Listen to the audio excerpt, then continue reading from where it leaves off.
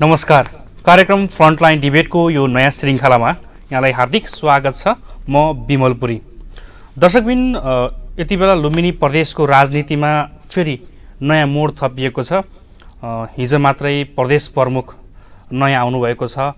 उहाँ बागमती गण्डकी प्रदेशको यसअघि चाहिँ प्रदेश प्रमुख हुनुहुन्थ्यो अमित शेरचन आइसक्नु भएको छ। उहाँ विशेष गरी माओवादी केन्द्रको कोटाबाट चाहिँ प्रदेश प्रमुख नियुक्त भएर लुम्बिनी प्रदेशमा आउनुभएको छ।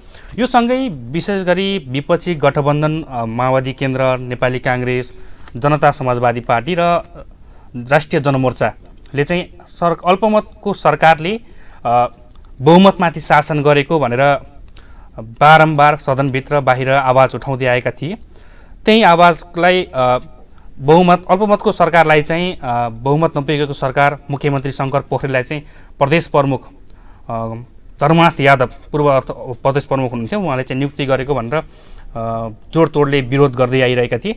यी सँगै नयाँ प्रदेश प्रमुख आइसकेसँगै विपक्षीहरूलाई चाहिँ एउटा बल पुगेको छ र विपक्षीहरूले ध्यान आकर्षण समेत गराएका छन् कि अब हामीसँग बहुमत छ, हाम्रो सरकार आउनुपर्छ, एउटा प्रक्रियामा नयाँ प्रक्रियाको थालनी गरिनुपर्छ भनेर विपक्षी गठबन्धनले भेटिसकेको छ। र प्रदेश प्रमुखको स्वागतका लागि विशेष गरी सरकारी पक्षबाट एउटा प्रदेश सरकारको तर्फबाट चाहिँ औपचारिक रूपमै स्वागत गर्ने प्रचलन रहेको थियो। तर यसपटक चाहिँ प्रदेश सरकारले प्रदेश प्रमुख आइसरहँदा पनि स्वागत गरेको हामीले भेटेनौँ। पछिल्लो समयको घटनाक्रम र नयाँ राजनीतिक कोण र अबको विपक्षीको रणनीतिका बारेमा हामी आज कुराकानी गर्दैछौँ। कुराकानी गर्नका लागि हामीसँग वीरेन्द्र कनौडिया हुनुहुन्छ, नेपाली काङ्ग्रेस संसदीय दलका नेता हुनुहुन्छ लुम्बिनी प्रदेशमा। आउनुहोस्, स्वागत गरौँ। स्वागत छ। धन्यवाद। आराम हुनुहुन्छ? आरामै छु। केमा व्यस्त हुनुहुन्छ आजकल? होइन, अहिले यो प्रदेशको राजनीतिक सरगर्मी जो चल्या छ, उतार चढाव छ, त्यसै विषयमा तपाईँहरूले नयाँ प्रदेश प्रमुखलाई चाहिँ स्वागत गर्नुभयो? हो, आज गरेँ हामीले। तर लुम्बिनी प्रदेश सरकारले त स्वागत गर्न सकेन। त्यही त सरकारले कमसेकम एउटा जुन न्यूनतम शिष्टाचारको काम हो त्यो त गर्नु। प्रदेश प्रमुख भनेको कुनै अमुक दलको होइन, यो केन्द्र सरकारको प्रतिनिधि हो। यो कुनै दल विशेषबाट प्रतिनिधित्व गर्नुहुन्न। उहाँ त एउटा प्रदेशको अभिभावकको रूपमा आउनु भएको छ। प्रदेश सरकारको मुख्यमन्त्रीजीले नभए जुन प्रमुख सचिव जो हुनुहुन्छ उहाँले जानु पर्थ्यो। त्यो नजाँदाखेरि उहाँले एकदम जो न्यूनतम शिष्टाचार हो त्योको पनि उहाँले ठुलो उल्लङ्घन गर्नुभएको छ। राम्रो पद्धति, राम्रो संस्कार, राम्रो परम्परा होइन। हामीले एउटा लोकतान्त्रिक परम्परा, मर्यादा, एउटा शिष्टता राख्नुपर्छ। मर्यादा लोकतन्त्रमा एउटा मर्यादाको साथ मर्यादाको राजनीति गर्नुपर्छ हामीले। यसअघि का प्रदेश प्रमुख धर्मनाथ यादवलाई चाहिँ जब विदाई गरिदिएको थियो त्यति बेला प्रदेश सरकारका मन्त्रीदेखि कर्मचारीहरूको लामो लस्कर नै देखियो। तर प्रदेश सरकारमा फेरि प्रदेश प्रमुखमा चाहिँ नयाँ प्रदेश प्रमुख आइरहँदाखेरि उहाँहरू नआउनुलाई चाहिँ के मान्न सकिन्छ? यो प्रदेश सरकारको पूर्वग्रह हो। त्यो यस्तो प्रदेश सरकारले गर्ने नहुने काम गर्नुभएको छ। जो प्रदेश प्रमुख आए पनि, जुनसुकै विचार आस्थाको भए पनि, त्यो प्रदेश प्रमुख भएपछि त्यो निष्पक्ष व्यक्ति हो, कुनै दलसँग सम्बन्धित व्यक्ति मानिँदैन यसलाई। ऊ सिङ्गो प्रदेशको अभिभावक हो। उसको पनि एउटा संवैधानिक दायित्व हुन्छ। प्रदेश प्रमुखले आफैले एउटा संविधानभन्दा बाहिर गएर काम गर्न सक्दैन। जस्तै कि एउटा धर्मनाथ यादवजीले पूर्व प्रदेश प्रमुख हुनुहुन्थ्यो। हामी पुरा सिङ्गो प्रदेशको अभिभावक हामी मान्थ्यौँ। तर उहाँले अलिकति पनि आफ्नो संवैधानिक दायरा, आफ्नो संवैधानिक मर्यादा नै नाघेर अलिकति असंवैधानिक काम गर्नुभयो। यससँगै तपाईँहरूले विशेष गरी जोडले आवाज उठाउँदै आएको वैशाख 19 को घटना चाहिँ विपक्षी गठबन्धनले बढी चर्चामा ल्याउने गरेको छ। वैशाख 19 मा चाहिँ तपाईँहरूले हामीसँग बहुमत हुँदाहुँदै पनि प्रदेश प्रमुख धर्मनाथ यादवले चाहिँ हामीलाई नियुक्ति गर्नु भएन, यसको अल्पमतमा रहेका मुख्यमन्त्रीलाई चाहिँ अथवा शङ्कर पोखरेललाई चाहिँ नियुक्ति गर्नु भनेर तपाईँको विवाद थियो। उहाँको विदाईसँगै नयाँ प्रदेश प्रमुख आइसक्दा अब तपाईँहरू चाहिँ कति खुसी हुनुहुन्छ? होइन, हामी प्रदेश प्रमुखबाट पनि खुसी पनि छौँ। हामी प्रदेश प्रमुखबाट निष्पक्षता, कानुन, संविधानको दायराभित्र रहेर न्याय उहाँ गर्नुहुन्छ, कार्य सम्पादन गर्नुहुन्छ भने हामी त्यो आशा गर्छौँ। हामी उहाँबाट कुनै असंवैधानिक कामको आशा गरेका छैनौँ। जस्तै धर्मनाथ प्रमुखजी धर्मनाथ यादवजी प्रमुख हुनुहुन्थ्यो, हामीले के सोचेका थियौँ भने उहाँले कानुन संविधानको दायराभित्र रहेर आफ्नो संवैधानिक दायित्वको दायराभित्र रहेर उहाँले आफ्नो भूमिका निर्वाह गर्नुहुन्छ, तर त्यो गर्नु भएन। हामी बहुमतमा हुँदै मै पनि पुरा डेलिगेसनको नेतृत्व मैले नै गरेका थिएँ। हामी पहिलाका एमालेका सांसदले राजीनामा पनि गरे, 2-3 जना सांसद राजीनामा गरेर उहाँ अल्पमतमा पुगिसक्नु भएको थियो। अल्पमतमा एउटा त अविश्वास प्रस्ताव हामी दर्ता गरायौँ।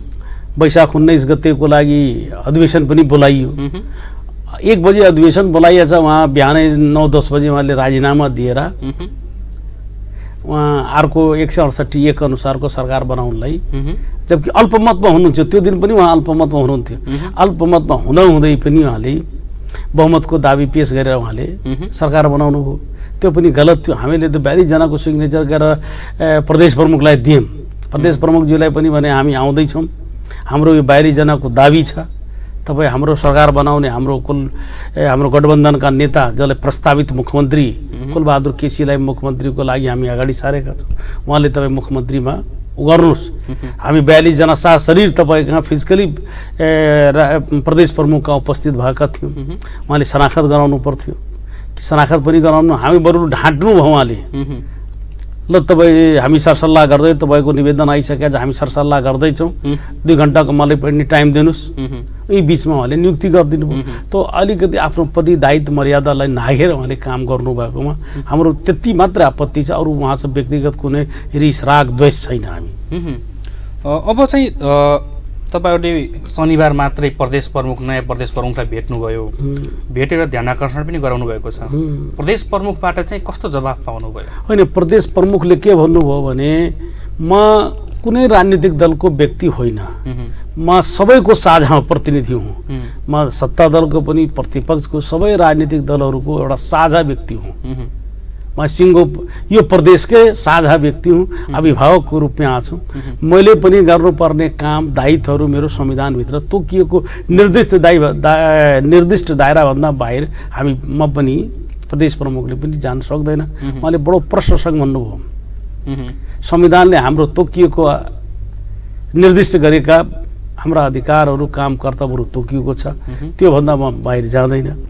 तर उहाँले एउटा कामना शुभकामना के व्यक्त गर्नुभयो, एउटा उहाँले प्रदेशको समृद्धिको लागि, प्रदेशको विकासको लागि, प्रदेशको स्थायित्वको लागि सबै राजनीतिक दलहरू मिलौँ, सबै राजनीतिक दलहरू एउटा सहकार, आपसी समझदारी सहकारको संस्कृतिको विकास गरौँ भनेर उहाँको त्यो भन्नुभएको छ।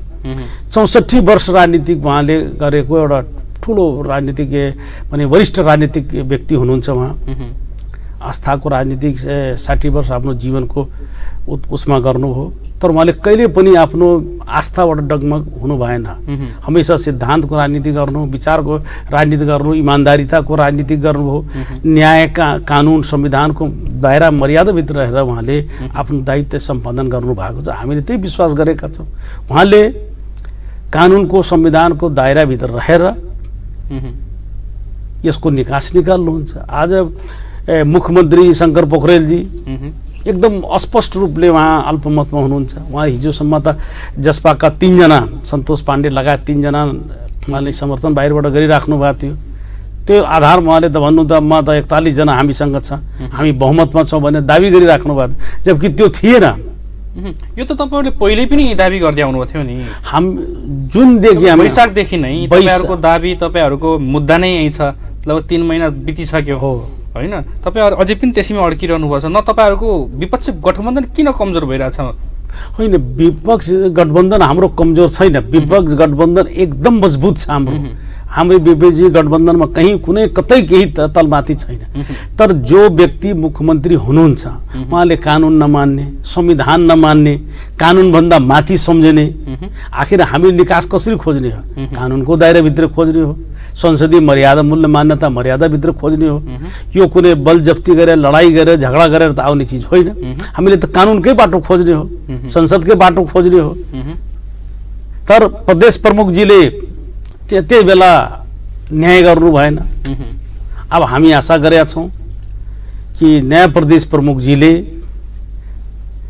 यसमा एउटा संवैधानिक दायराभित्र रहेर आफ्नो कार्य सम्पादन गर्नुहुन्छ। यदि मुख्यमन्त्रीजी भन्नुहुन्छ कि हामीसँग बहुमत छ देखाउने कुनै आधार छ, उहाँ सङ्ख्या पुर्याउन सक्नुहुन्छ भने हामीले के आपत्ति छ। तर उहाँको आजको दिनमा, हिजो वैशाखमा पनि उहाँ अल्पमतमा हुनुहुन्थ्यो, आज त खेरि प्रष्ट अल्पमतमा हुनुहुन्छ। हिजो अलिकति भन्ने ठाउँ थियो कि जसपाका 3 जना बाहिर सांसदहरू, त्यो पनि जसपाका 3 जनाले सहयोग गरिराखेका सांसदहरू, त्यो संस्थागत आधार होइन, त्यो व्यक्तिगत आधारमा मात्रै उनीहरू सहयोग गरिरहेको थिए। तर सर्वोच्च अदालतले उहाँले स्टे अर्डर दिएको कारणले संसद पदभागको कायम भयो। त्यो सांसदको हैसियतले उहाँले सहयोग गरिराख्नु भएको थियो। आज त्यो पनि उहाँको पद पनि निष्कासन भइसकेको छ। अब उहाँ जसपामा पनि हुनुहुन्न। अब त उहाँ माने मुख्यमन्त्रीजीले भन्ने कहीँ पनि कुनै ठाउँ छैन। उहाँ त एकदम प्रष्ट रूपले अल्पमत हुनुहुन्छ। यत्रो सुझबुझ भएको यत्रो राजनीतिज्ञ, त्यो वरिष्ठ व्यक्ति शङ्कर पोखरेलजी, जसको एउटा राष्ट्रिय राजनीति पनि दखल राख्नुहुन्छ, राष्ट्रिय राजनीतिमा पनि उहाँको पहिचान छ, उहाँले अल्पमतमा हुँदा पनि जबरजस्ती सरकारमा बस्नु उहाँको व्यक्तित्वको लागि पनि राम्रो गर्दैन। उहाँ जस्तो राष्ट्रिय हैसियत भएको व्यक्तिको लागि यो कानुनलाई मिचेर, संविधानलाई मिचेर अल्पमतको सङ्ख्याको बलमा मुख्यमन्त्री भएर बस्नु उहाँको लागि पनि यो राम्रो। एक्चुअली सरसर्ती हेर्दा के देखिन्छ भने सुरुदेखि नै तपाईँहरूले अविश्वासको प्रस्तावलाई अगाडि बढाउनु भयो, उहाँले राजीनामा दिनुभयो र फेरि अर्को एकै सरकार बनाएर नियुक्ति खानुभयो। त्यसपछिका घटनाक्रम पनि हेर्दै गर्दा तपाईँहरू विपक्षी गठबन्धन भन्दा चाहिँ सत्तापक्ष चाहिँ एक स्टेप अगाडि देखिन्छ क्या। यसले चाहिँ कसरी तपाईँले अब सत्तापक्षसँग बराबर हुनको लागि, त्योभन्दा अगाडि जानको लागि चाहिँ प्रदेश प्रमुख फेरिसकेपछि अबको रणनीति के हुन सक्छ? सुन्नुहोस्, हामी कानुन र संविधान र लोकतान्त्रिक मूल्य मान्यता संसदीय अभ्यास परम्परामा विश्वास गर्ने पार्टी हौँ। हामी त्यो मूल्य मान्यताको आधारमा हिँडेका छौँ। अब उहाँले त कानुन पनि मान्नु भएको छैन, संविधान पनि मान्नु भएको छैन, लोकतान्त्रिक मूल्य मान्यता केही पनि मान्नु भएको छैन। जस्तै तपाईँ उदाहरण दिउँ, हामी वैशाख 21 गते अविश्वास प्रस्ताव दर्ता गरायौँ। कम से कम उहाँको बहुमत थियो भने उहाँकै सिफारिसमा, उहाँकै सरसल्लाहमा त अधिवेशन बोलाइएको थियो। उहाँले त फेस गर्नु पर्थ्यो। फेस नगरेर चोर बाटोमा उहाँ ब्याकडोरबाट भन्छ नि, ब्याकडोरबाट उहाँले आफ्नो राजीनामा दिएर अर्को ठाउँ तपाईँहरू बजेटलाई चाहिँ तपाईँहरूले फेल गराउन सक्नुहुन्थ्यो। फेल गराएर चाहिँ सरकार असफल छ भनेर तपाईँले पुष्टि गर्न सक्ने ठाउँ एकदम। तर त्यहाँ तपाईँहरूको गठबन्धनकै अब प्रतिनिधिको रूपमा चाहिँ अब सभामुख हुनुहुन्छ, उहाँको भूमिका चाहिँ कमजोर देखियो नि त त्यहाँ। ठिक छ, उहाँले बजेट हेर्नुहोस्, बजेटमा हामीले उहाँलाई सहयोग गऱ्यौँ, छलफल बनी दिँदै कार्यक्रम पास गर्नमा हामीले, किनभने बजेट भनेको प्रदेशको लागि हो, जनताको लागि हो, जनताको समृद्धिसँग जोडिएको विषय हो। हामी बजेटमा अप्ठ्यारो पार्न खोजिएकै होइन। नीति तथा कार्यक्रम पनि पास भयो, बजेटको सैद्धान्तिक छलफल पनि भयो, मन्त्रीहरू जवाब पनि दिए। निर्णायक प्रक्रियामा पुगिसकेपछि भोटिङ हुने बेलामा उहाँले संसारमा कहीँ नभएको चिज सत्ता पक्षले आफै पनि सदन बहिष्कार गर्नु, दुनियाँमा कहीँ पनि हुँदैन। प्रतिपक्षले त बहिष्कार गर्छ, सदन भनेको प्रतिपक्षको, तर उहाँ सत्ता पक्ष आफैले सदन बहिष्कार गरेर रातारात उहाँले अधिवेशन अन्त्य गरिदिनु हो, अध्यादेश ल्याउनु हो।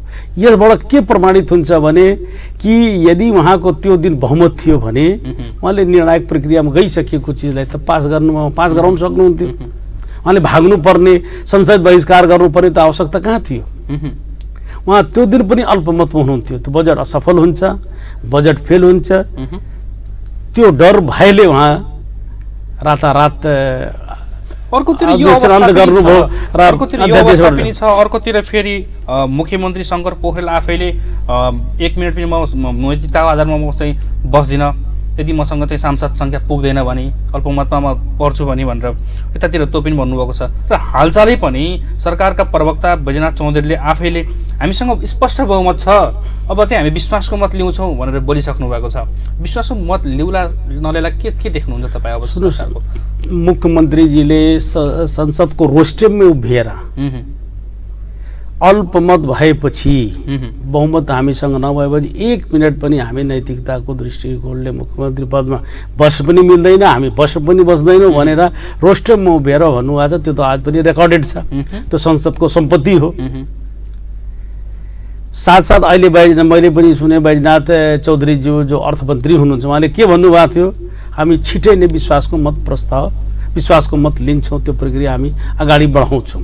ठिक छ, सरकारसँग यदि विश्वास छ भने ल्याउनु प्रक्रिया, भोलि नै ल्याउँ पर्सि ल्याउँ, हामी त स्वागत गर्छौँ उहाँको। उहाँले विश्वास मत सरकार लिन सफल भयो भने त हामीले के टाउको दुखाइन्छ, राम्रै छ। तर विश्वास या त उहाँले यदि बहुमत छ भने विश्वास मत लिएर आफ्नो वैधानिकता प्रमाणित गर्नु पर्यो। मैले त गठबन्धनको तर्फबाट संसदमा रोस्टरमा उभिएर बोल्दाखेरि पनि पहिला सरकारको वैधानिकता प्रमाणित गरौँ। यो सरकार अल्पमतको सरकारलाई नीति तथा कार्यक्रम ल्याउने पनि अधिकार छैन, बजेट ल्याउने पनि अधिकार छैन। पहिला तपाईँ आफ्नो वैधानिकता प्रमाणित गर्नुहोस्। त्यसैको क्रममा उहाँले मुख्यमन्त्रीले भन्नुभएको छ कि म यसको वैधानिकता उपयुक्त समयमा प्रमाणित गर्नेछु। तर आजसम्म त्यो पनि आफ्नो बोली वचनमा उहाँले टिक्नु भएको छैन, अडिग हुनु भएको छैन। उहाँले अहिले पनि जाल झेल गरेर षड्यन्त्र गरेर कुनै न्यु खोजेर जसरी पनि यो टाइम बाइङ गर्ने उहाँको एउटा रणनीति मात्रै छ। उहाँको फेर रणनीति हुन्छ नि, मान्छेको एउटा राजनीतिक व्यक्तिको राजनीति गर्ने बेलामा एउटा स्वच्छ राजनीतिक दृष्टिकोण लिएर अगाडि बढ्नुपर्छ। तर उहाँको जाल झेल षड्यन्त्र, अब जस्तै हाम्रा जसपाका सांसदलाई बिचमा उहाँले के गरी कसरी गरेर उहाँले गायब गर्न लगाइदिनु भएको थियो। त्यो बडो खोजी नीति गर्दाखेरि फेरि पछि भेटियो। यस्तै अहिले बिमला ओलीको पनि बेपत्ता छ, उहाँको पनि चर्चा छ। उहाँको अहिले 2 दिनसम्म त ट्रेसिङै भएको थिएन। उहाँ आफ्नो मूल पार्टीको पनि सम्पर्कभन्दा बाहिर हुनुहुन्छ। यस्ता गतिविधि गर्ने, यस्ता सांसदलाई लुकाउने, सांसदलाई गायब गरिदिने, सांसदलाई बाहिर पठाउने, यो किनबेचका कुरा, यो विकृति विसङ्गति गर्न संसदीय परम्परा संसदीय राजनीतिको लागि राम्रो हुँदैन। यो हामी विगतमा भएका गल्ती, कमी, कमजोरी, विसङ्गति, विकृतिहरूलाई अब यो सब परिपाटीलाई यदि हामी बल दिन्छौँ भने, यसलाई बढावा दिन्छौँ भने भोलिको राजनीतिको लागि, सबैको लागि, चाहे एमालेको लागि हो चाहे काङ्ग्रेसको लागि, यस्तो संस्कृतिको हामीले यस्तो परम्पराको विकास गर्नु हुँदैन। यदि सरकारले राजीनामा पनि नदिने र विश्वासको मत पनि नलिने भने तपाईँहरूले चाहिँ के गर्नुहुन्छ? हामी अविश्वास प्रस्ताव ल्याउँछौँ। त्यो बेला त अविश्वास प्रस्ताव बाहेक हामीसँग विकल्प हुँदैन। हामी त मुख्यमन्त्रीज्यूको सुरक्षित अवतरण होस् भनेर, उहाँ त सम्मानजनक तरिकाले उहाँको होस् भने, अवतरण होस् भने हामी उहाँले राजीनामा दिएर बाटो प्रशस्त गरिदियो, सबभन्दा राम्रो बाटो। सेकेन्ड अप्सन उहाँसँग विश्वासको मत लिने पनि उहाँसँग बाटो छ। उहाँले अधिवेशन बोलाएर विश्वासको मत लिए पनि एउटा त्यो पनि प्रक्रिया हो, त्यो पनि वैधानिक प्रक्रिया हो। त्यसमा पनि उहाँले म विश्वास मत लिने मेरो अहिले सङ्ख्याले पुग्दैन, यदि उहाँले त्यो महसुस गर्नुहुन्छ भने राजीनामा दिएर बाटो खोलिदिनु पर्यो। अन्य त तेस्रो त बाटो छैन। संविधान 1 अनुसार अहिले सरकार उहाँको छ। अब उहाँ एकल दलको सरकार हुनुभयो, जसपावाला बाहिर भइसकेका छन्, उहाँको सदस्य खारिज भइसकेका छ। सिंगल पार्टीको सरकार अहिले छ, एमालेसँग त कोही सहयोगी दल छैन। 168 एकै सरकार हो। 168 एकको सरकारको सङ्ख्या 41 हुनुपर्ने, उहाँसँग 38 सङ्ख्या मात्रै छ। 38 सङ्ख्यामा पनि भोलि कसैले सहयोग गर्छ गर्दैन त्यो पछिको कुरा हो। तर आज पार्टीको सङ्ख्या, उहाँको एमालेको पार्टीको सङ्ख्या 38 हो, जबकि अहिले आजको दिनमा कायम रहेको संसद सङ्ख्या 80, त्यसको बहुमत भनेको 41 हुन्छ। त एकदम प्रष्ट रूपले देखिने गरी यो अल्पमतमा त उहाँ वैशाखदेखि नै अल्पमतमा हुनुहुन्छ, तर हामीले केही पनि गर्न सकिरहेका छैनौँ नि। सुन्नुहोस् न, अब के गर्ने? यसको लागि बाटो भनेको या त संविधानको बाटो छ या कानुनको बाटो छ। हामी त संवैधानिक बाटोमा गइराखेका छौँ। अब उहाँ बल जफ्ती गरेर एउटा दम्बको बलमा, बल जफ्तीको आधारमा कानुन संविधानलाई नमानेर बसिराख्नु भएको छ। त्यसको सहयोगी भूमिकाहरूमा प्रदेश प्रमुख पनि हुनुहुन्थ्यो, सरकार आफै पनि जाल झेल षड्यन्त्रमा लागे। त्यसै कारणले यो अलिकति ढिलो भएको छ। त ढिलो भए पनि रिजल्ट चाँडो राम्रो आउँछ। केन्द्रमा अदालतले चाहिँ नयाँ सरकार निर्माणलाई सहयोग पुर्यायो एउटा कानुनी हिसाबले, तर प्रदेशमा प्रदेश प्रमुखले कुनै अमुक पार्टीको लेटर प्याडमा प्रदेश मुख्यमन्त्री नियुक्ति गरिरहँदा पनि तपाईँहरूले कानुनी कारबाही खोज्न किन नसकेको? अब त्यो कुरामा त हामी अलिकति कमजोरी देखिनु भयो नि त। त्यहाँ अलिकति हाम्रो के भयो भने हामी त ल ठिक छ मुख्यमन्त्रीजीले आफ्नो गल्तीलाई सच्याउनुहुन्छ।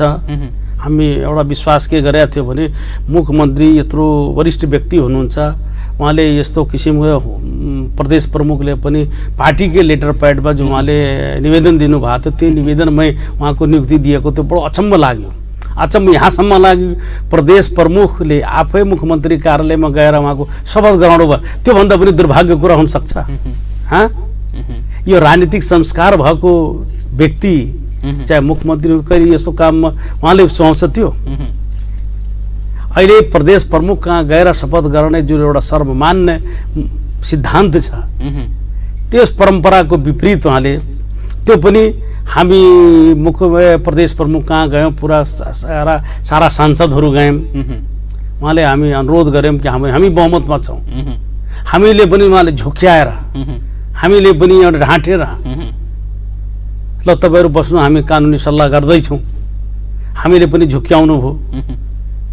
और फेरि फोर्स लगाएर 400-500 को संख्यामा फोर्स लगाएर आर्मी लगाएर सशस्त्र बल लगाएर उहाँले बल जफ्तिया धकेल हात गरेर सामान्य पुलिस लाठीचार्ज गरेर भनौँ यस किसिमले प्रदेश प्रमुखलाई जबरजस्ती बाहिर निकालेर मुख्यमन्त्री कार्यालय कहाँ शपथ गराउनु यो कहीँ सुहाउँछ? संसारमा सुहाउँछ?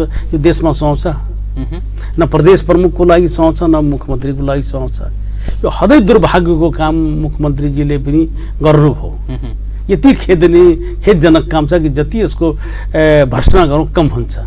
कमसे कम एउटा मुख्यमन्त्रीले आफ्नो पदी मर्यादा पदी दायित्व पदी मर्यादा त कमसे कम राख्नु पर्थ्यो, त्यो पनि आफ्नो पदी मर्यादाको पनि ख्याल गर्नु भएन।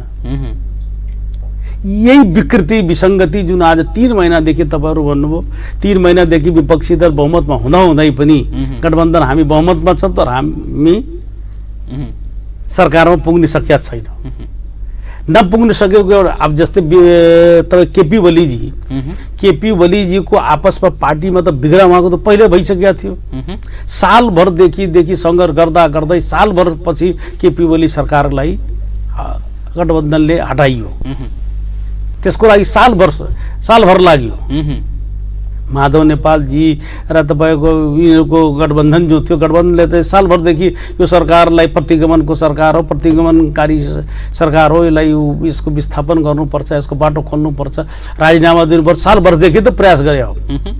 त्यहाँ पनि हेर्नुहोस् हामी 149 जना सांसदहरू राष्ट्रपतिका लेखेर दिँदा पनि राष्ट्रपतिले त्यही भूमिका राष्ट्रपतिले आफ्नो पदी दायित्व मर्यादा अनुसार संवैधानिक दायित्व निर्वाह गर्नु भएन।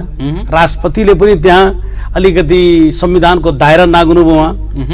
न त्यो कोर्टमा जानुपर्ने जरुरत पनि थिएन। कोर्टमा त हामी जबरजस्ती कोर्टलाई घसीटेछौँ। यो भन्नुहोस् कोर्टले सम्मानित सर्वोच्च अदालतले यो प्रजातन्त्र यो संविधान यो के भन्छ लोकतन्त्रको मर्यादालाई बचाइदिया छ। न त संविधान नै धरापमा परिसकेका छ। यो व्यवस्थामाथि प्रश्न चिन्ह उठिसकेका थियो। हामी सबैले सर्वोच्च अदालत सम्मानित सर्वोच्च धन्यवाद दिनुपर्छ। सर्वोच्च अदालतले कमसे कम ट्र्याकभन्दा बाहिर गएको संविधानलाई उहाँले ट्र्याकमा ल्याइदिनु भयो। एउटा लोकतान्त्रिक एउटा डेमोक्रेटिक गभर्मेन्ट फार्म हो। यदि वैशाख 19 मा जुन तपाईँहरूले दिएको पत्र थियो प्रदेश प्रमुखलाई र त्यो पत्रलाई अथवा त्यति बेलाको त्यो विषयलाई चाहिँ फेरि उल्टाउन सक्ने आधारहरू छन् सकिन्छ? अब होइन अब हामी नयाँ दिन्छौँ नि त्यसको त अब नयाँ परिस्थितिमा नयाँ दिन्छौँ। त्यो हामीसँग 42 जनाको सङ्ख्या छ। हामी नयाँ अविश्वास प्रस्ताव दर्ता गराउँछौँ। पुरानोलाई एउटा च्याप्टर क्लोज भइसकेका छ, त्यसलाई नयाँ हामी विशेष अधिवेशनको लागि माग गर्छौँ। त्यसमा हाम्रो मुद्दा सरकार यो अविश्वास सरकारमा भइसकेकोले सरकारको विषयमा पनि हामी विशेष अधिवेशनको माग गर्छौँ। पुरानोले पल्टाउनु के जरुरत छ? अब हामी नयाँ जब हामीसँग बहुमत छ सारा कुरा हामीसँग छ भने हामी नयाँ तरिकाले जान्छौँ। उहाँहरू विश्वासको मत लिनको लागि तयार हुनु होला? कसले? मुख्यमन्त्रीजीले? मलाई त लाग्दैन। उहाँको सङ्ख्या पुग्दैन। विश्वास लिने आधार के छ? आधार त हुनु पर्यो, आधार त उहाँसँग छैन। विश्वासको मत लिने भए त अहिलेसम्म त लिइसक्नुहुन्थ्यो, उहाँले त कसैले रोकेका छैन। उहाँले त विश्वास लिन चाहेको भने 2 दिनमा विशेष अधिवेशन बोलाएर विश्वास मत लिन सक्नुहुन्छ। तर विश्वास मत लिने मलाई पटक्कै पनि सम्भावना, उहाँले सबभन्दा सेफेस्ट बाटो सुरक्षित अवतरणको लागि राजीनामा नै सबभन्दा उहाँको बेस्ट बाटो, अरू कुनै बाटो उहाँसँग छैन, विकल्प पनि छैन। अब कति दिनमा चाहिँ तपाईँहरूको प्रक्रिया चाहिँ अगाडि बढेको हामीले देख्छौँ? अब हामी भोलिसम्म उहाँको बढीमा भोलिसम्म हामी हेर्छौँ उहाँको राजीनामा उहाँले राजीनामा आइदियो भने द गुड, केही गर्नै पर्ने। त्यसपछि संविधानको धारा अनुसार 168 को 2 अनुसार प्रक्रिया अगाडि बढ्छ। यदि उहाँले राजीनामा दिनु भएन भने र विश्वासको मत लिने कमिटमेन्ट पनि आएन भने, यो पनि 2-3 दिनभित्र विश्वास मत लिने उहाँको कमिटमेन्ट आएन भने हामीले अविश्वास प्रस्ताव दर्ता गरी विशेष अधिवेशन बोलाउनु पर्ने बाहेक कुनै विकल्प हामीसँग पनि छैन। यसअघि मुख्यमन्त्रीज्यूले चाहिँ विशेष गरी जसपा पार्टीभित्रको विवादलाई देखाएर चाहिँ आफू उम्कन खोजेको देखिन्थ्यो। यसपटक पनि फेरि त्यही पार्टीलाई जसपालाई नै देखाएर उम्किने प्रयत्न गर्नुभयो भने के गर्नुहुन्छ? अब जसपाको त विवादको एक हिसाबले पुरै टुङ्गो लागिसक्यो। पहिला त सुप्रिम कोर्टले उहाँले स्टे गरिसकेका थियो। त्यो बेला 2टा कोर्टलाई पनि स्टे गर्ने 2टा कारण थियो। एउटा त जसपाको आधिकारिकताको त्यो बेला टुङ्गो लागेको थिएन, और दोस्रो एउटा उपेन्द्र यादव पक्षले कारवाही गरेको महन्त ठाकुर राजेन्द्र महतोज्यूको एउटा छुट्टै पत्र थियो कि कारवाही भएको छैन। त्यो विवादको कारणले एउटा सुप्रिम कोर्टले स्टे दिएको आधार थियो, त्यो ग्राउन्डमा एउटा स्टे दिएको। ल विवादित छ, एउटा पक्षले 2टा अध्यक्षको त्यहाँ व्यवस्था थियो उनीहरूको विधानमा, उपेन्द्र यादवजी र महन्त ठाकुर 2 जना अध्यक्ष हुनुहुन्थ्यो। एउटा अध्यक्षको एउटा पत्र, अर्को अध्यक्षको अर्को पत्र। त्यो कारण यसमा के छ भने हेरौँ भनेर स्टे अर्डर सुप्रिम कोर्टले दिएको अवस्था थियो। अहिले त निर्वाचन आयोगले जसपालाई आधिकारिकता पनि दिइसकेका छ। अब आधिकारिकताको पनि विवाद रहेन। अब वैधानिक प्रक्रियाबाट सेन्ट्रल कमिटीको बहुमत पुर्याएर जब जसपाले निर्णय गरेका छ, त कोर्टले पनि स्टे अर्डर दिने ठाउँ छैन। अब त्यो देखाएर उम्किने पनि कहीँ ठाउँ छैन। यसपटक चाहिँ मुख्यमन्त्रीले उम्किने कुनै बाटै छैन। यसपटक मुख्यमन्त्रीले उम्किने कुनै छिद्रपाल पनि छैन, उहाँले उम्किनै सक्नुहुन्न। अब भोलिको सुप्रिम कोर्टले फेरि स्टे दिदियो भने त्यो अर्को पाटो हो। अब सुप्रिम कोर्टले के गर्छ त्यो भन्न सकिन्न। अब एउटा अलि सानो छिद्रपाल भनेको त्यही हो, उहाँको आशाको झिनो आशाको किरण भनेको त्यही हो कि सायद सुप्रिम कोर्टले स्टे अर्डर दिइदिन्छ कि भनेर। तर मेरो आफ्नो, म पनि एउटा लाको विद्यार्थी हुँ। सुप्रिम कोर्ट भनेको पनि एउटा मेरिट बेसिसमा प्रमाणको आधारमा सुप्रिम कोर्टले कुनै चिजको निरूपण गर्छ, आधार खोज्छ। अहिले आधार पनि जसपाका मान्य सांसदहरू जुन पार्टीले निष्कासन गरेका छ, त्यसलाई आधारलाई रिजेक्ट गर्ने, अस्वीकार गर्ने या स्टे अर्डर दिने कहीँ पनि ठाउँ छैन। त्यस कारणले अब जसपाको बहानामा जसकालाई नाम अगाडि सारेर जसकाको मान्यको सांसदको नाममा उम्किने पनि ठाउँ छैन। अहिले मुख्यमन्त्रीसँग कुनै बाटो कहीँ पनि सारा ढोका बन्द भइसकेको छ। उहाँले त राजीनामा दिने, या त विश्वासको मत लिने, या त अविश्वास फेस गर्ने बाहेक तेस्रो चौथो पाँचौँ कुनै बाटो छैन। अब विशेष गरी के देखिन्छ भने प्रदेश सरकारमा चाहिँ एउटा विवाद देखिन्छ। तपाईहरूले चाहिँ सरकारले फोहोरी राजनीतिक खेल गर्यो, नैतिकतामा रहन सकेन भनेर चाहिँ आवाज उठाइरहनु भएको छ। उता सरकार पक्षले फेरि के भन्छ भने विपक्षीहरूले चाहिँ फोहोरी राजनीति गरिरहेछ, किनकि विपक्षीहरूले कोही सांसदहरू चोर्ने काम गरेका छ, कोही सांसदहरूले राजीनामा गराउने काम गरेका छ। उहाँहरूले चाहिँ त्यस्तो आरोप लगाउनुहुन्छ। तपाईँहरू चाहिँ सांसद किनबेचको खेलमा चाहिँ सत्ता पक्ष लागिरहेछ भन्नुहुन्छ। वास्तविक चुरो कुरो के हो? सुन्नुहोस्, हामी कुनै पनि सत्ताको खेलमा, फोहोरी खेलमा सांसद खरिद बिक्री गर्ने, अपहरण गर्ने, लोभ प्रलोभनमा दिने हामीले त्यस्तो कुनै काम गरेका छैन। एउटा काम भन्दा प्रमाणित गरेर देखाउनु पर्यो नि। अब जस्तै उहाँकै 2 जना सांसद पूर्व माओवादीका दिनेश पन्थी र एउटा दधिराम न्यौपाने उहाँले त स्वेच्छाले माओवादी जोइन गर्नुभएको छ, कुनै उहाँले त लोभ प्रलोभनमा त जानु भएको छैन। जस्तै हाम्रो दीर्घनारायण पाण्डे हुनुहुन्छ। दीर्घनारायण पाण्डे पहिला नेपाली काङ्ग्रेसकै वरिष्ठ साथी हुनुहुन्थ्यो। अब पार्टीमा केही आपसी अलिकति सामान्य विवादले उहाँ एमालेको टिकटबाट चुनाव लड्नु, उहाँ पनि आफ्नो पार्टीमा फर्कनु भयो। आफ्नो पार्टीमा उहाँ पनि फर्कनु भयो। अमर डाङ्गीको यस्तै केस हो, फ्रस्ट्रेसन पनि हुन्छ नि, पार्टीभित्र रहेको एउटा मान्छेको फ्रस्ट्रेसन पनि हुन्छ नि। पार्टीमा यत्रो सिनियर मान्छे उहाँ अमर डाङ्गी भने यहाँ शङ्कर पोखरेलभन्दा धेरै सिनियर मान्छे हुनुहुन्छ। उहाँले पार्टीले अलिकति एकदमै ह्युमिलेट गरेर महत्त्वहीन बनाएर मान्छे राखेर त उहाँको अन्दर फ्रस्ट्रेसन थियो। फ्रस्ट्रेसनले उहाँले म यस्तो राजनीतिमा बस्दिनँ जहाँ मेरो औचित्य छैन, मेरो केही पहिचान छैन, पार्टीले मैले कहीँ रिकगनाइज गर्दैन, बरु म राजनीति गर्दिनँ। त यसमा कहाँ हामी फोरी खेल खेल्यौँ? राजीनामा हामी 2-3जनाले गरायौँ, कहाँ फोरी गेम? हामी त कहीँ फोरी गेम गरेका छैन। यही कुरासँग जोडिएर म यदि विश्वासको मत लिँदै गर्दा अथवा तपाईँहरूले विश्वासको प्रस्ताव अगाडि बढाइरहँदा तपाईँहरूले जोडेको सङ्ख्याभन्दा थप सङ्ख्या पनि मुख्यमन्त्रीको विपक्षमा भोट गर्छन्? हामी आशा गरेका छौँ। अझै मुख्यमन्त्रीजीको पक्षबाट 2-3जना हुनसक्छ हामीलाई सहयोग गर्ने साथीहरू हुनसक्छ होला, त्यो अहिले यकिनको साथ त भन्न सक्दिनँ, तर हामीलाई आशा छ।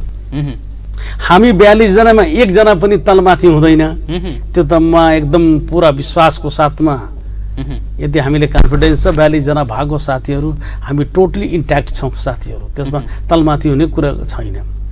त्यही तलमाथि गराउनुको लागि त कहिले कुन मान्नेलाई गायब गराइदिने, हस्पिटलाइज गराइदिने, के गराइने भनेर खेल खेलिराख्नु भएको छ। अहिले पनि एकजना हाम्रो बिमला वली मान्नीजी हुनुहुन्छ, सांसद हाम्रो माओवादी गठबन्धनमा हुनुहुन्छ, उहाँले पनि अहिले बेपत्ता गराइदिनु भएको छ, सम्पर्क बाहिर हुनुहुन्छ। तर यो विकृति विसङ्गतिको खेलले कहीँ पनि पार लाग्दैन, यो प्रदेशको लागि पनि राम्रो गर्दैन, मुख्यमन्त्रीको व्यक्तित्वको लागि पनि राम्रो गर्दैन, राजनीतिक संस्कारले गलत राजनीतिक ट्र्याकमा जान्छ। यो कसैको लागि पनि राम्रो हुँदैन, न सत्ता पक्षलाई न विपक्षी गठबन्धनलाई। फोरी खेल खेल्नु कसैले पनि राम्रो हुँदैन, फेरि गेममा जानुपर्छ। अब बिस्तारै अब तपाईँहरूले अब बहुमत छ भनेर दाबी गर्दै हुनुहुन्छ भने सम्भवतः तपाईँको सरकार पनि बन्ला नै। यहीसँगै अब सरकार निर्माणमा गठबन्धन भइसकेपछि भागभण्डाको कुराहरू पनि आउन जान्छ र कतै कतै हल्ला के सुनिन्छ भने माओवादी संसदीय दलका नेता कुलप्रसाद केसी र वीरेन्द्र कनौडिया बीचमा चाहिँ आलो पालोको सहमति भएको छ भन्ने चर्चा पनि छ। यो चाहिँ के हो वास्तविक? होइन, यो त सही कुरा हो। हाम्रो बीचमा एउटा समझदारी छ। पहिला फर्स्ट फेजमा पहिलो चरणमा माओवादीका कुलबहादुर केसीलाई मुख्यमन्त्री बनाउने हाम्रो सहमति भएको छ। 6-7 महिना उहाँ रहनुहुन्छ, अब बाँकी अवधि 16-17 महिनाको छ, 6-7 महिना उहाँ चलाउनुहुन्छ। त्यसपछि नेपाली काङ्ग्रेसको पालो आउँछ। अब संसदीय दलको नेताको हैसियतले मेरो स्वाभाविक दाबी त्यसैमा मुख्यमन्त्रीमा हुन्छ। यो हाम्रो एक बिचमा गुड अन्डरस्ट्यान्डिङ पनि भएको छ। त्यसमा हाम्रो बिचमा कुनै गठबन्धनको बिचमा कहीँ कुनै कतै यसमा कन्फ्युजन हुने ठाउँ छैन। और यो मन्त्रीको लागि हानथाप गर्ने पनि हामी बिचमा त्यस्तो हुँदैन। हामी गठबन्धन बहुत इमान्दारीको साथमा गठबन्धनलाई अगाडि बढाउँछौँ। हामी यहाँसम्म चाहन्छौँ यो गठबन्धन यो सरकार सञ्चालनसम्म होइन, आउने एक चुनावसम्मको लागि पनि यो गठबन्धन कायम रहोस् भन्ने हामी त्यो हिसाबले पनि गठबन्धनलाई एकदम दह्रो तरिकाले, मजबुत तरिकाले, पुरा विश्वसनीयताको आधारमा गठबन्धनलाई अगाडि बढाउन चाहन्छौँ। तपाईँ धेरै समय केन्द्रीय राजनीतिमा पनि होमिनुभयो र अहिले त केन्द्रमा नेपाली काङ्ग्रेसकै नेतृत्वमा सरकार गठन पनि भइसक्यो यी गठबन्धनकै तर्फबाट। बिस्तारै अब प्रदेशमा पनि गठबन्धनकै सरकार बन्दैछ, गण्डकीमा बनिसकेको छ। म एउटा पार्टीको नेताको हिसाबले लामो समय केन्द्रदेखि प्रदेशमा अहिले प्रदेशको नेतृत्वमा हुनुहुन्छ। यो प्रदेश केन्द्रको पछिल्लो समयको जुन किसिमको राजनीतिक घटनाक्रमहरू विकसित भइरहेका छन्, यी परिस्थितिलाई चाहिँ तपाईँले कसरी हेर्नुभएको छ? एउटा विश्लेषणको हिसाबले चाहिँ कसरी हेर्नुभएको छ? हेर्नुहोस्, अब यो 1.5 वर्षमा जुन केन्द्र सरकारको पनि थियो, 1.5 वर्ष अस्तव्यस्त आफ्नै अन्तर्द्वन्द झगडामा केन्द्र सरकारले पनि राम्रोसँग फङ्सन गर्न सकेन। उसको इफेक्ट भनेको प्रदेश सरकारहरू पर्यो। आखिरमा केन्द्र पनि गठबन्धनको सरकार थियो, माओवादी र एमालेको गठबन्धन सरकार थियो, पछि त पार्टी नै एकीकरण भइसकेका थियो। त्यसैको 2 नम्बर प्रदेश छोडा 6 प्रदेशमा पनि उही गठबन्धनको सरकार थियो, 2/3 सरकार थियो। अब केन्द्रमै यिनीहरूको 2 वर्षपछि नै पार्टी यिनीहरूको नेता शीर्षस्थ नेताहरूको बिचमा झगडा हुन थाल्यो। झगडा हुँदा हुँदा एकदम चरम उत्कर्षमा यिनीहरूको विवाद पुग्यो। यी विवाद पुग्दाखेरि यिनीहरू जनताको प्रति पनि वास्ता राखेन। अहिले मान्छे यो यही दुर्भाग्यवश यही संसारभरि नै कोरोनाको महामारी आयो। कोरोनाको महामारीमा मान्छे औषधि नपाएर, बेड नपाएर, आइसियु बेड नपाएर, अक्सिजन नपाएर मान्छेहरू छटपटाएर मरिया छन्। मान्छेहरू अकाल मृत्यु भएको हुन्छ। मान्छे यति दयनीय अवस्था थियो हस्पिटलमा, डाक्टर पनि थिएन। भने कुनै स्वास्थ्यको पूर्वाधार हामीसँग एउटा जो न्यूनतम पूर्वाधार हो त्यसमा पनि कहीँ बेड छैन, कहीँ अक्सिजन छैन, कहीँ डाक्टरको समस्या छ। मान्छे अकाल मृत्यु मान्छेले कति कमसेकम यो हेल्थ चक्री अहिले लापरवाहीले गर्दाखेरि 3-4 हजार मान्छेहरू त मान्छे यसरी अकाल मृत्यु भयो। मान्छे हो सरकारले औषधिको प्रबन्ध गर्न सकेन, मास्कको व्यवस्था गर्न सकेन। सानो तिनो जो सरकारले गर्न सक्ने व्यवस्था थियो सरकारले त्यो बेला गर्न सकेन। सरकारले गर्यो त्यसमा पनि भ्रष्टाचार भयो। आफ्ना मान्छेलाई यस्तो महामारीको बेलामा, यहाँ सङ्कट बेलामा मान्छेको ज्यान एकतर्फ खतरामा छ। मान्छे ज्यान आफ्नो प्राण बचाउनको लागि छटपटाइरहेछ, तडपिरहेको छ। त्यो बेलामा पनि यिनीहरू भ्रष्टाचार आफ्नो मान्छेलाई यो चाइनाबाट स्वास्थ्य सामग्रीहरू मगाउन पनि टेन्डर दिए।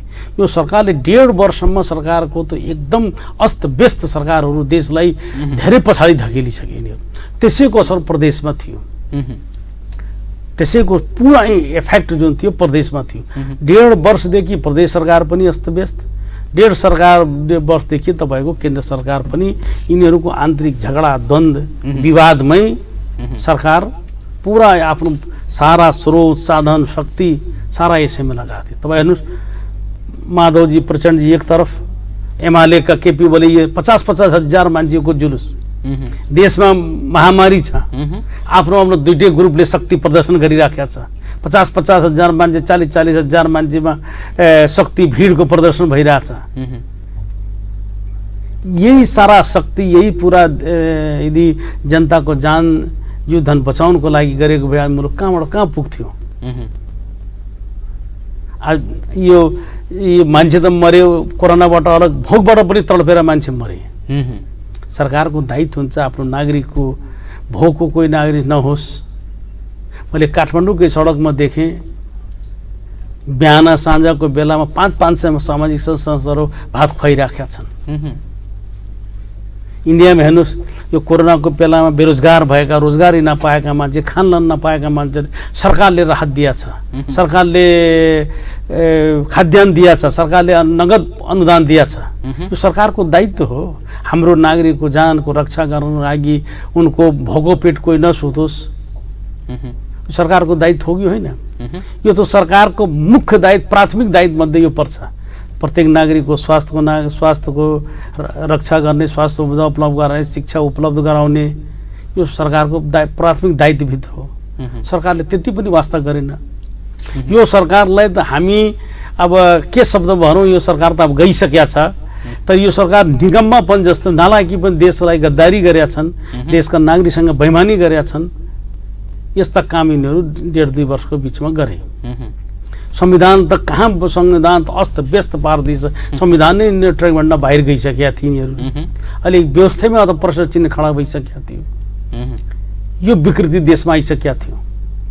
तर एउटा सम्मानित सर्वोच्च अदालतले यो प्रजातन्त्र र संविधानको रक्षाको खातिर, देशमा स्थायित्व कायम गर्नको लागि, स्थिरताको लागि एउटा जुन राष्ट्रपतिबाट गैर संवैधानिक काम भएको थियो त्यसलाई सच्याएर परमादेशको आदेशबाट 149 मान्य सांसदले राष्ट्रपति कहाँ दिएको संविधानको धारा 5 अनुसार नियुक्ति गर्ने भनेर आज यहाँ भन्छ कि यो सरकार त परमादेश सर्वोच्च अदालतबाट बनाइएको सरकार हो। सर्वोच्च अदालतले सरकार त बनाउँदैन, प्रधानमन्त्री त नियुक्त गर्दैन। यो जनादेशको सरकार हो। 149 जना मान्य सांसदहरूको शक्तिको बलमा अडेको सरकार हो यो। अब थोरै पार्टी राजनीतिमा कुरा गरौँ, तपाईँ काङ्ग्रेसको जिम्मेवार नेता पनि हुनुहुन्छ र अब काङ्ग्रेसमा महाधिवेशनको चर्चा पनि व्यापक भइरहेको छ, कतै क्रियाशीलका विवादहरू पनि छन्, पार्टीभित्रकै विवादहरू पनि छन् र सरसर्ती हेर्दा पार्टीभित्र चाहिँ को सभापति लड्ने को महामन्त्री लड्ने एउटा किसिमको आफू उम्मेदवार बन्ने एउटा होडबाजीमा चाहिँ काङ्ग्रेसभित्रै एउटा प्रतिस्पर्धा चाहिँ देखिन सुरु गरिसकेको छ। यो काङ्ग्रेसको महाधिवेशनमा तपाईँको भूमिका के रहन्छ र तपाईँको नेतृत्व कहाँ र कुन पदमा हुन्छ? मैले त हेर्नुहोस् यो अहिले यो प्रदेशको पनि एउटा नयाँ संरचना हाम्रो उसमा विधानमा, नेपाली काङ्ग्रेसको विधानमा संरचना प्रदेशको पनि बनिसकेका थियो, तर उसको निर्वाचन वैधानिकतापूर्वक उसको निर्वाचन अहिलेसम्म भएको थिएन। यो प्रदेशको संहितामा देश गइसकेपछि अहिले फर्स्ट टाइम हाम्रो प्रदेशको पनि संरक्षण निर्माण हुँदैछ। त्यसमा म प्रदेश सभापति पदको लागि आफूलाई यही प्रदेशको राजनीति गर्नेको लागि, प्रदेशकै जनताको हित समृद्धि विकासको लागि, पार्टीमा पनि यही प्रदेशकै राजनीतिमा आफूले केन्द्रित हुनुको लागि मैले प्रदेश सभापति पदको लागि आफ्नो उम्मेदवारी दिने घोषणा गरेका छु। मैले विश्वास छ मलाई यहाँ हाम्रा प्रदेशभित्रका साथीहरू यसमा मलाई सहयोग गर्नुहुनेछ। उहाँको समर्थन, उहाँको सहयोग, उहाँको आशीर्वादबाट म यो पदको उम्मेदवारी दिएका छौँ। सङ्घीय संरचनामा प्रदेशको नयाँ काङ्ग्रेसको सङ्गठनभित्रको नयाँ सङ्गठनमा चाहिँ तपाईँको दाबी चाहिँ प्रदेश सभापतिमा चाहिँ हुनेछ? प्रदेशको एकदम त्यसमा शङ्कै छैन। प्रदेश सभापतिमा मेरो दाबी स्ट्रङ दाबी छ त्यो, त्यसमा त कहीँ शङ्कै गर्ने ठाउँ छैन। अब यसको लागि म डिजर्भ पनि गर्छु। यो आफूलाई कुनै मैले यो पदको लागि म एकदम आफूले डिजर्भ पनि गर्छु। मलाई विश्वास पनि छ प्रदेशभित्रका हाम्रा साथीहरूले मलाई यसमा पुरा सहयोग गर्नुहुन्छ। म साथीहरूको विश्वास लिएर आफ्नो पदी जिम्मेवारीलाई पनि एकदम इमान्दारी निष्ठाको साथमा पुरा गर्न सक्षम छु भनेर त्यति विश्वासको साथमा यो उम्मेदवारीको दाबी गरेका छु।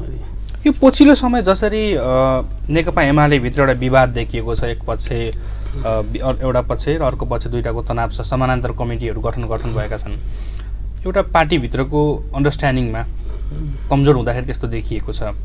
र यस्तै अब फेरि महाधिवेशनको विषय काङ्ग्रेसमा नि चलिरहेको छ र यसभित्र पनि ध्रुवीकरणहरू धेरै देखिएका छन्, गुट उपगुटहरू पनि देखिन थालेका छन्। यो गुट कतिको आवश्यक हो? यदि पार्टीभित्रै विवाद रहँदाखेरि 2/3 सरकार पनि ढलेर अल्पमतमा पुग्दो रहेछ भन्ने हामीले हामी देखिसकेका छौँ। र अब काङ्ग्रेसलाई चाहिँ बलियो बनाउन के गर्न सकिन्छ? होइन, काङ्ग्रेस एकदम एक ढिक्का भएर जान्छ। काङ्ग्रेस नयाँ नेतृत्व आएपछि काङ्ग्रेस एक ढिक्का भएर जान्छ। हेर्नुहोस्, काङ्ग्रेस भनेको एउटा डेमोक्रेटिक पार्टी हो, विचार प्रधान पार्टी हो। यो यसमा छलफल यो सब गुट उपगुट हुने स्वाभाविक कुरा छ। आजदेखि होइन, यो नेपाली काङ्ग्रेसको स्थापना कालदेखि हामी बिपी कोइराला, कृष्णप्रसाद भट्टराई, गणेश मान सिंह, स्वर्ण शमशेर, गिरिजाप्रसाद कोइराला, कृष्णप्रसाद भट्टराई, विभिन्न समूहहरू थिए, तर हाम्रो सैद्धान्तिकमा विचलन कहिले पनि आएन। अहिले पनि जस्तै देखिएका रामचन्द्रजी पनि छन्, सिटोलाजी पनि हाम्रा आदरणीय नेता छन्, रामचन्द्र दाई पनि हुनुहुन्छ, धेरै नेताहरू छन्। सबैले पार्टी बलियो बनाउने, कमजोर बनाउने काममा कसैको भूमिका हुँदैन, आपसी द्वन्द्व हुँदैन। हाम्रो नेताहरूको बिचमा पार्टीको हितमा, पार्टी सङ्गठन हितको लागि कहीँ विवाद छैन। और यो आपसी जति गुट बलियो हुन्छ त्यति त पार्टीले राम्रो बाटो पनि त देखाउँछ। अहिले पछिल्लो समय काङ्ग्रेसभित्र एउटा पुस्तान्तरणको कुरा आएको छ नि, यसलाई चाहिँ कसरी लिने? पुस्तान्तरण बिस्तारै हुन्छ, पुस्तान्तरणको त हुन्छ। अहिले अब हाम्रोमा फर्स्ट जेनेरेसन पनि योग्य छ, जस्तै शेरबहादुरजीको अहिले पनि स्वास्थ्यको हिसाबले पनि क्षमताको हिसाबले पनि धेरै योग्य हुनुहुन्छ, अहिले पनि क्षमतावानै हुनुहुन्छ। अहिले अब बिस्तारै बिस्तारै पुस्तान्तरण भइराखेको छ। आखिरमा सबैको एउटा टाइम सीमा सबैको हुन्छ। शेरबहादुरजी 75 को भइसक्नु भएको छ, रामचन्द्र दाई 75 भयो। अब एक पटकको चुनाव, त्यसपछि द सेकेन्ड जेनेरेसनमा नेतृत्व आफै आप स्वतः स्वाभाविक रूपले जाने हो। अब उसको सिक्नको लागि पनि अब अहिले महामन्त्री, उप सभापति, दोस्रै पुस्ता तेस्रै पुस्ताकै मान्छे आउँछ। यो पनि एउटा जेनेरेसन ट्रान्सफर्मेसन हो यो। अब हामी बिस्तारै अन्तिमतिर पनि छौँ। अन्त्यमा चाहिँ म अब तपाईँहरू सरकार सम्हालिसकेपछि अथवा तपाईँहरू सरकारमा आएपछि तपाईँहरूका मुख्य योजनाहरू के हुन सक्छन्? किनकि सन्दर्भमा अब लगभग हामी त्यही चरणमा पनि छौँ। अहिले सरकारले नगरेका र गर्न नसकेका काम जो तपाईँले चाहिँ अब हामीले गर्छौँ भन्ने चाहिँ के छन्?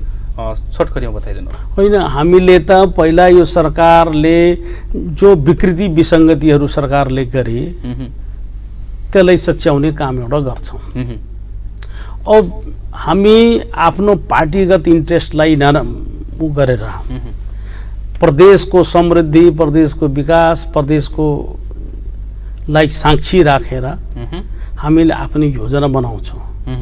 जनताको आवश्यकताको आधारमा हामीले योजना बनाउँछौँ। जस्तै कार्यकर्ता पाल्ने, कार्यकर्ता पोस्ने, यो किसिमको हामी काम सकभर गर्दैनौँ। हाम्रो यो कमिटमेन्ट हुन्छ। किनभने यो कार्यकर्ता पालेर, राजनीतिक कार्यकर्ता पालेर पोषेर यो प्रदेशको भलो र समृद्धि गर्दैन। प्रदेशमा कहाँ हाम्रा कसरी राजनीतिक आर्थिक उत्थान कहाँ गर्ने हो, गरिबको कसरी माथि उड्ने हो, रोजगारीको अवस्था कहाँ सिर्जना गर्ने हो, कृषिलाई कसरी आधुनिकीकरण व्यवसायीकरण गर्ने हो, यान्त्रिकरण गर्ने हो, कृषिलाई प्राथमिकता दिने हो, स्वास्थ्यमा प्राथमिकता दिने हो। अहिले महामारीको दोस्रो फेज गइसकेको छ, तेस्रो फेज आउँदैछ। स्वास्थ्यलाई हामी उच्च प्राथमिकतामा राख्ने हो। किन भोलि तेस्रो फेज आउन बित्तिकै हामी त्यसलाई फेस गर्न सक्ने, यसमा एउटा कमसेकम यो अवस्थामा स्ट्यान्ड बाई रहनको लागि हामीले स्वास्थ्यलाई उच्च प्राथमिकता राख्नुपर्ने हो। रोजगारी सृजना गर्नको लागि सबभन्दा सजिलो, आज हाम्रो देशका 50 लाख मान्छेहरू विदेशमा रोजगारमा काम गर्न गएका छन्। यिनीहरूले बिस्तारै बिस्तारै आफ्नो देशभित्र रोजगारीका अवसरहरू सृजना गर्नको लागि उनीहरूलाई सबभन्दा सजिलो र छिटो डाइजेस्ट गर्ने ठाउँ भनेको कृषि क्षेत्र हो। कृषिमा अहिले धेरै अवसर, पर्याप्त अवसरहरू छन्।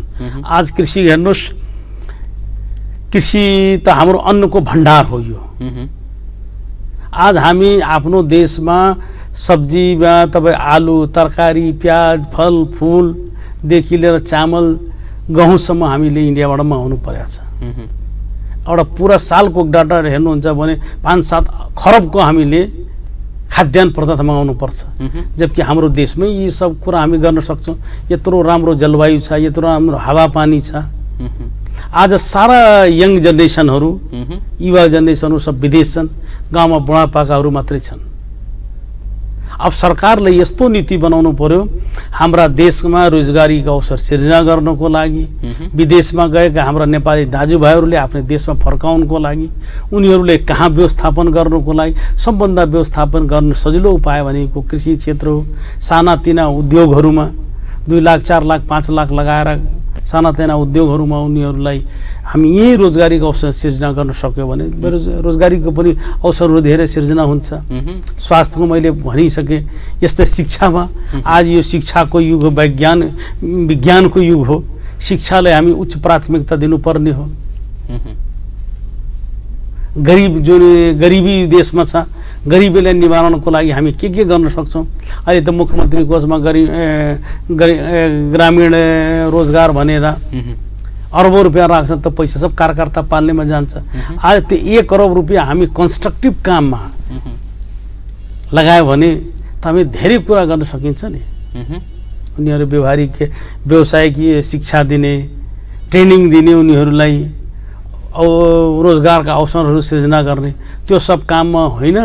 पालिकामा मुख्यमन्त्री कोषबाट पैसा जान्छ, कार्यकर्तालाई 2 महिना 3 महिनाको तलब खुवाएर, त्यसले यो बानी बिग्रिन्छ। मान्छेको बानी बिगार्ने काम सरकारले गर्नु। सरकारले त काम गरेर पैसा दिने हो। जस्तै फुड फर वर्क पहिला पैसा आउँथ्यो। म पनि 48-49 सालमा जिल्ला विकासको सभापति थियो। विदेशले पनि फुड फर वर्क दिन्थ्यो। गाउँको बाटोघाटो बनाउनको लागि, कुलकुलेसा बनाउनको लागि खाद्यान्न पठाउँथ्यो। काम गरेर मान्छेलाई काम गरे बापतलाई ज्याला दिने। समयको लागि धेरै धेरै धन्यवाद। धन्यवाद। दर्शकबिन हामीसँग वीरेन्द्र कनौडिया हुनुहुन्थ्यो, नेपाली काङ्ग्रेस संसदीय दलको नेता लुम्बिनी प्रदेशमा। उहाँसँग पछिल्लो समय प्रदेशमा घटेका घटनाक्रम र अबको विपक्षका रणनीति लगायतका केन्द्रदेखि प्रदेशका पछिल्लो समयका अवस्थाहरूको बारेमा चर्चा गऱ्यौँ, थोरै विश्लेषण गऱ्यौँ र सँगसँगै महाधिवेशनको बारेमा काङ्ग्रेसमा हालचालै महाधिवेशनको चर्चा पनि छ, त्यही महाधिवेशनको बारेमा थोरै छुने प्रयास गऱ्यौँ। यहीसँगै आजको कार्यक्रम यति नै। अर्को नयाँ एपिसोडमा पुनः भेट हुनेछ। हेर्दै गर्नुहोस् राज्य टेलिभिजन।